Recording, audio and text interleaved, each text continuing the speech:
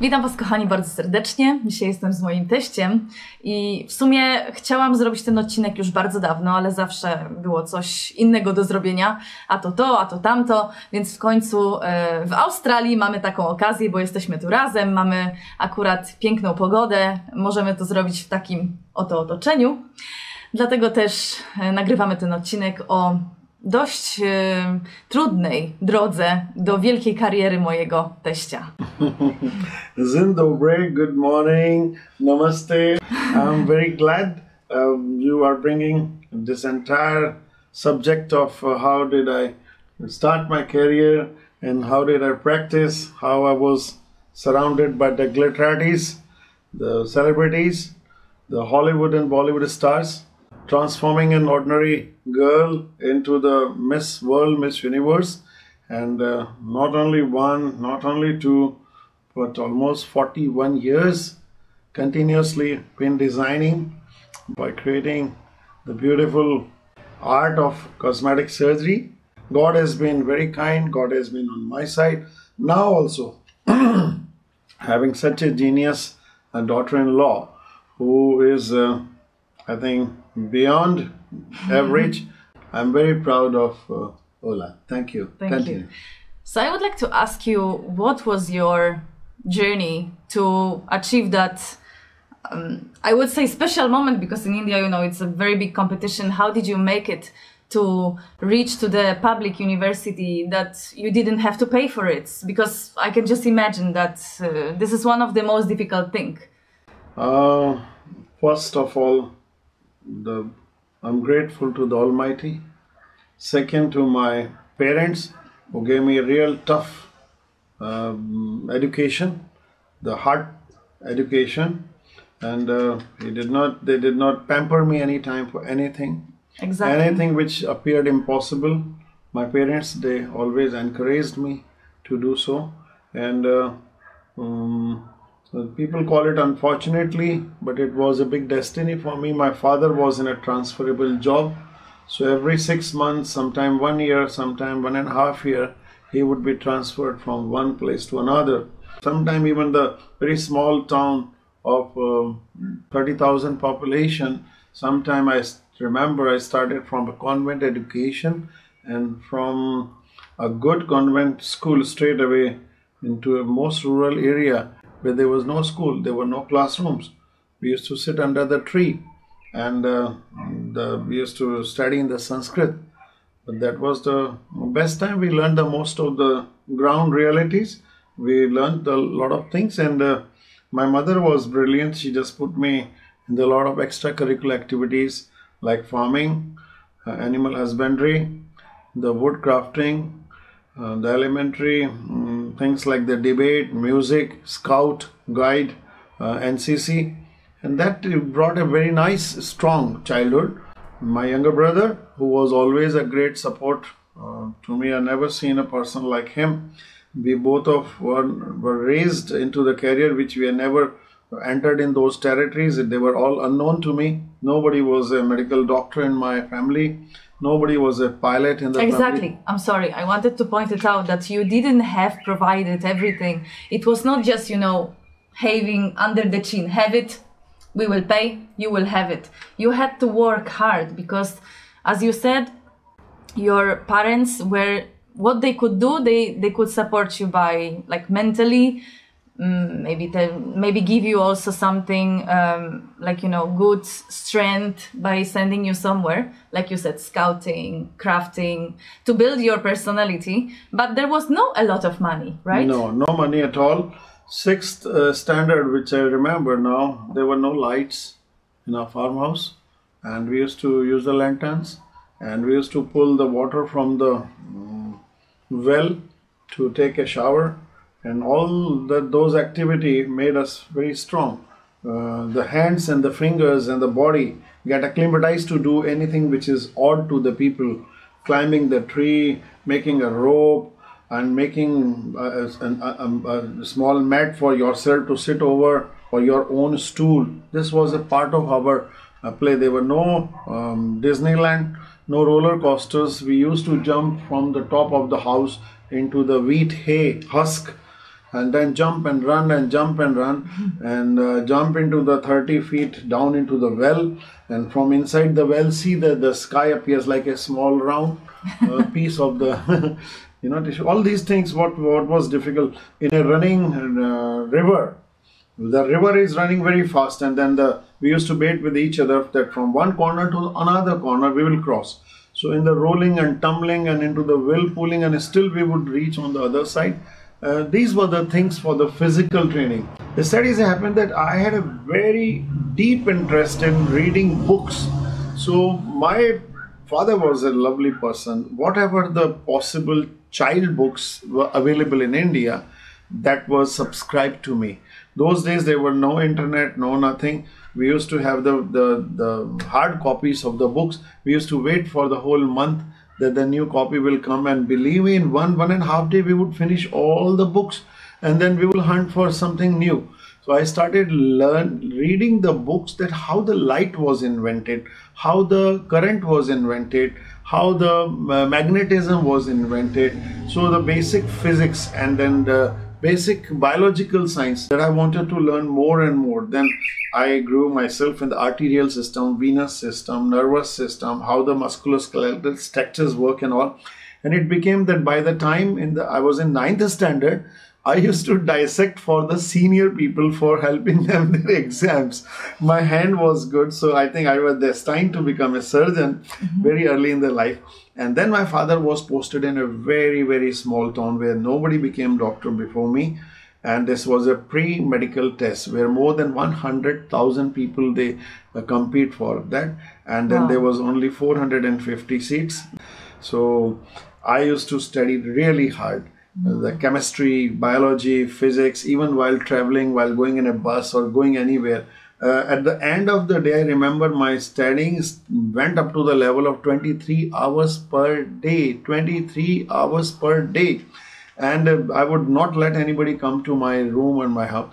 It was like when I just had a very high fever, and my mother somehow she sensed that in the mid of the night she came and she saw me like unconscious and fainted.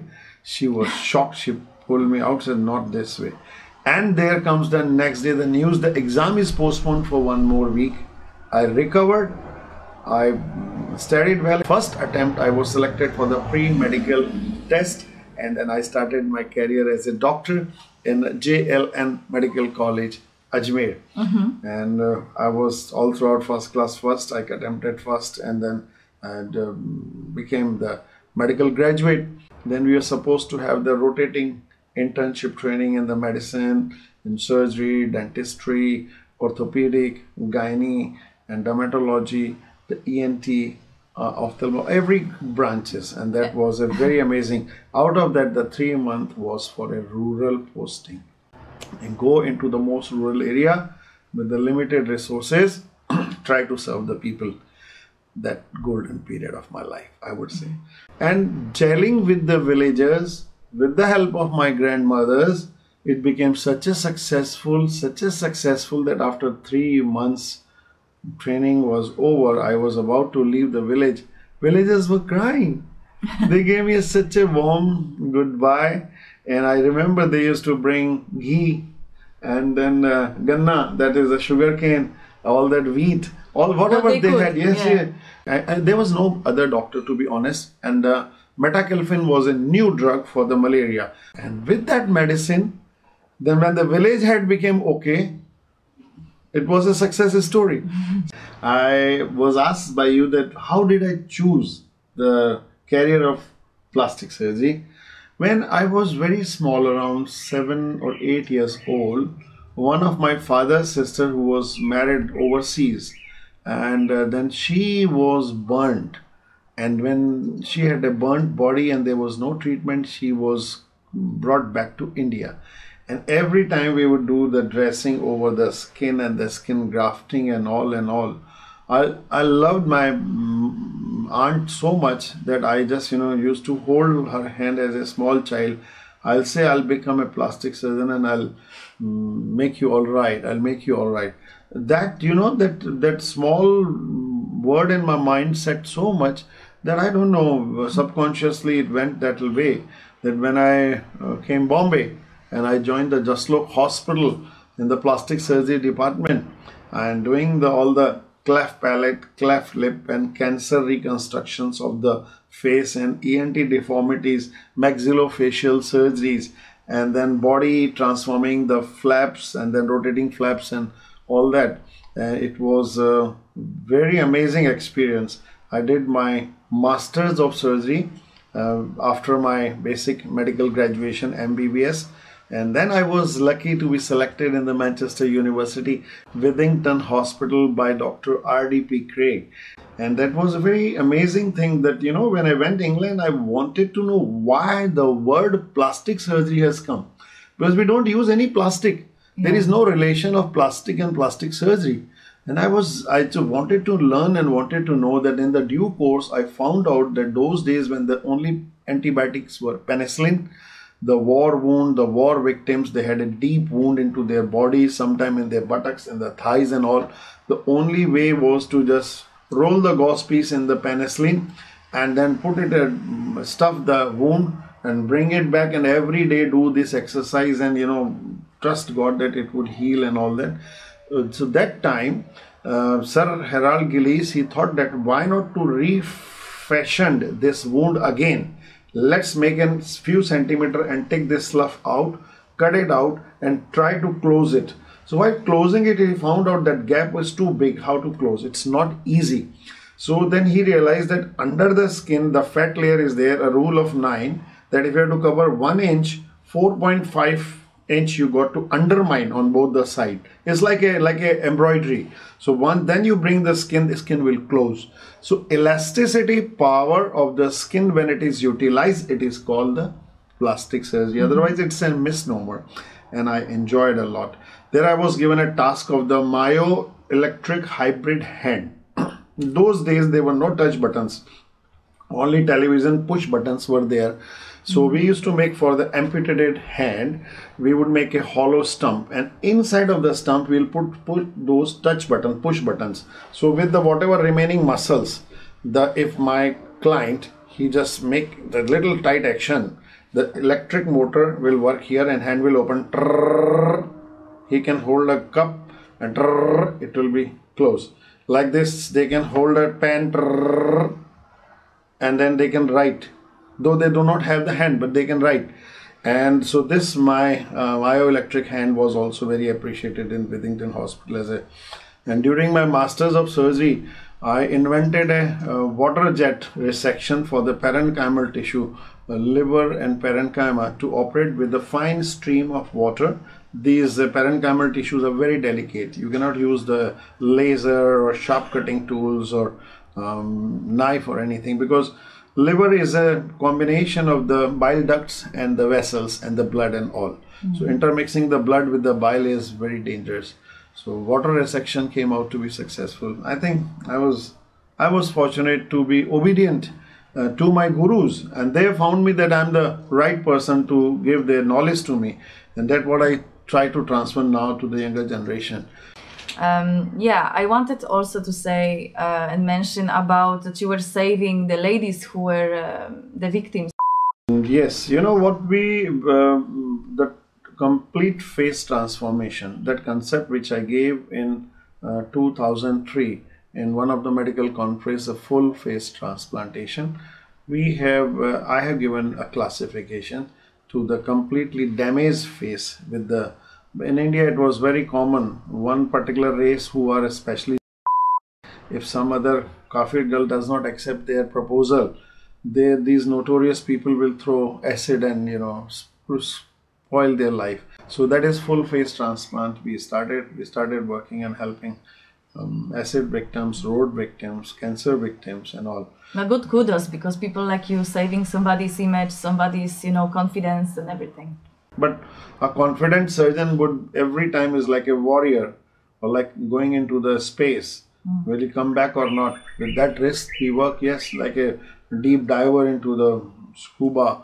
Will he be coming back or not? But yes, a brave surgeon will always trust himself and trust God. Can I ask you, how did it happen that the celebrities, the most famous people of Bollywood in India, they started approaching you?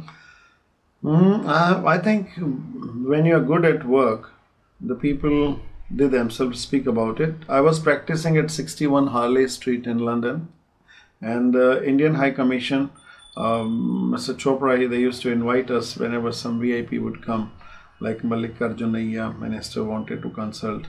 Then some, I shouldn't take the name, but yes, many of the big rich and celebrities and big wigs, and came the very famous romantic star of Indian film industry with his beautiful girlfriend, who later married to a big business tycoon, and they both wanted to consult me, and then it was a little scar on the cheek of the girl who fell from the horse, and that the scar revision, and then getting rid of those stitch marks. And they were very happy. They said, there is a big vacuum in India, why don't you come back?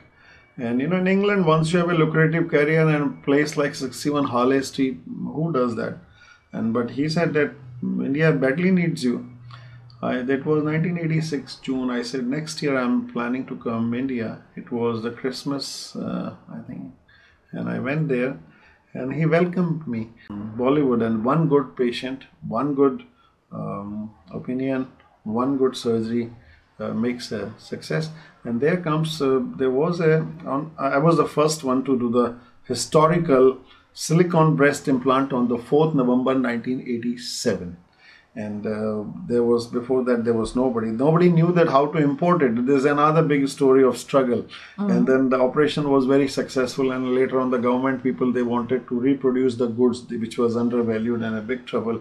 Very hilarious story. They printed a news. They said, now no more hassle to go to London for any plastic surgery.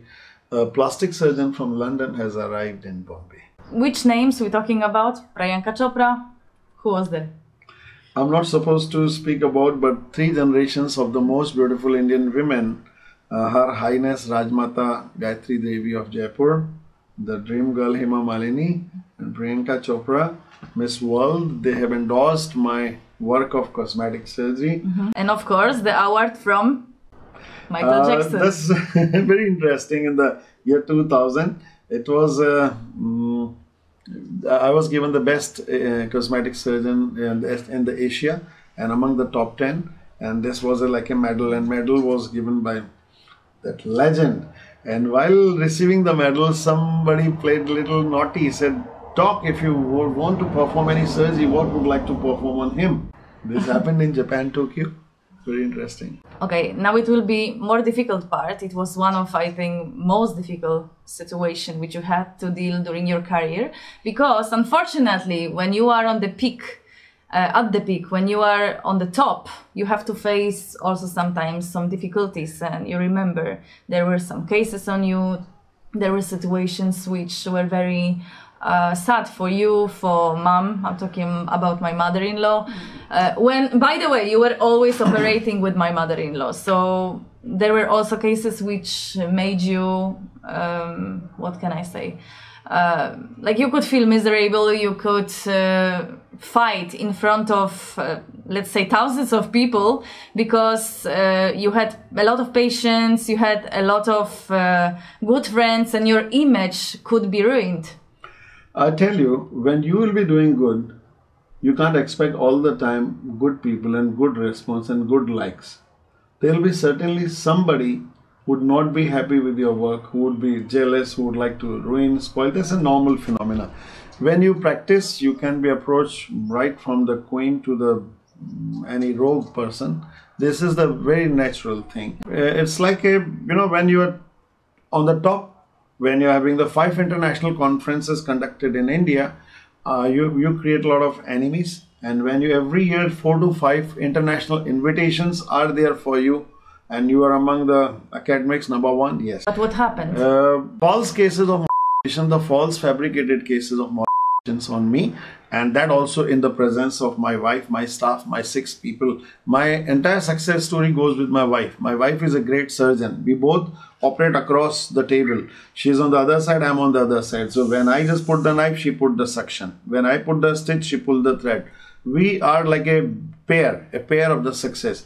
And then when it happened, we both were absolutely shocked. But you know, the media, the yellow journalism, they, without finding out the truth, they would do that. And police, they said, we are helpless, we have to register a case. But fair enough, the law, the justice is fair. And when it happened, when you come to the crossbar and stand there, you piss there. And this girl stopped coming, and finally she committed. She was not able to appear to the court. And not only that, police commissioner, he committed service revolver in his head. You can find out from the Google. My clinic was at a strategic location into the center of Bombay, where a builder who wanted to build a big Zera showroom, and he wanted to grab that clinic from me. He simply, offered me good money and everything, which I refused. I said, I don't know other than medicine, and I would like to continue practice. Then they just wanted first to me, but then the gang who wanted to, among them, the politician's wife was operated by me for liposuction. He was the MP of the area. So they changed the plan to my career by ruining my character, and they wanted to do that. But lies does not have feet. Remember that. The truth has a strong ground. But when it comes on the ground of the realities to fight, when it happened, everybody was shocked, depressed, and it was a nightmare for all of us. But then when I was honest and straight away, I started fighting. And then I thought that the lack of knowledge of law is the one thing. So there was a law college, National Law College from Bombay University next to my clinic. I joined early morning, 5:30. I will get up, go to law college, 6 o'clock. Up to 10 o'clock, I'll study law. 10 o'clock onwards, my cosmetic surgeries. 1 o'clock lunch. 5 onwards, my consultation. All these, very hardship. I qualified the LLB, the law graduation from the Bombay University with the good colors, then LLM. I fought my own case. I studied each and every point. So when it came to the trial, these people stopped coming to the trial. When the tough time comes, the tough people survive. This is my message to you. False allegations are very easy, but it's very difficult to just prove in the court. So do not worry about it. You may come across the notorious people, fight it out. And your weapon is your wisdom, your knowledge, and your perseverance, and your determination. I would go that. And then still a lot of shit exists on the internet and Google and all. I don't care, because all those who really loves me, they go in the detail and find out the orders of the high courts and these courts and all. They just read those orders at length. My book, that is called the 354. 354 is a section of the Indian penal code, which is giving the false, fabricated, the molestation is 354, and I send that incomplete truth. That's a common there, and you may be facing, your brothers, your husband, your children may face tomorrow. All the secretaries, all the patients, they were there just to. And your wife. Everybody, my wife, they said his wife can also. They said, all right, other than wife, then all these circumstances and all the false story, when you cook story, you don't remember, you always tell something funny. So she was caught. The best part is that whenever something bad happened with you, you come across the false friends, false pacifiers, the true lovers, the true strong family. And it's like, when the gold passes through the fire, it glitters more.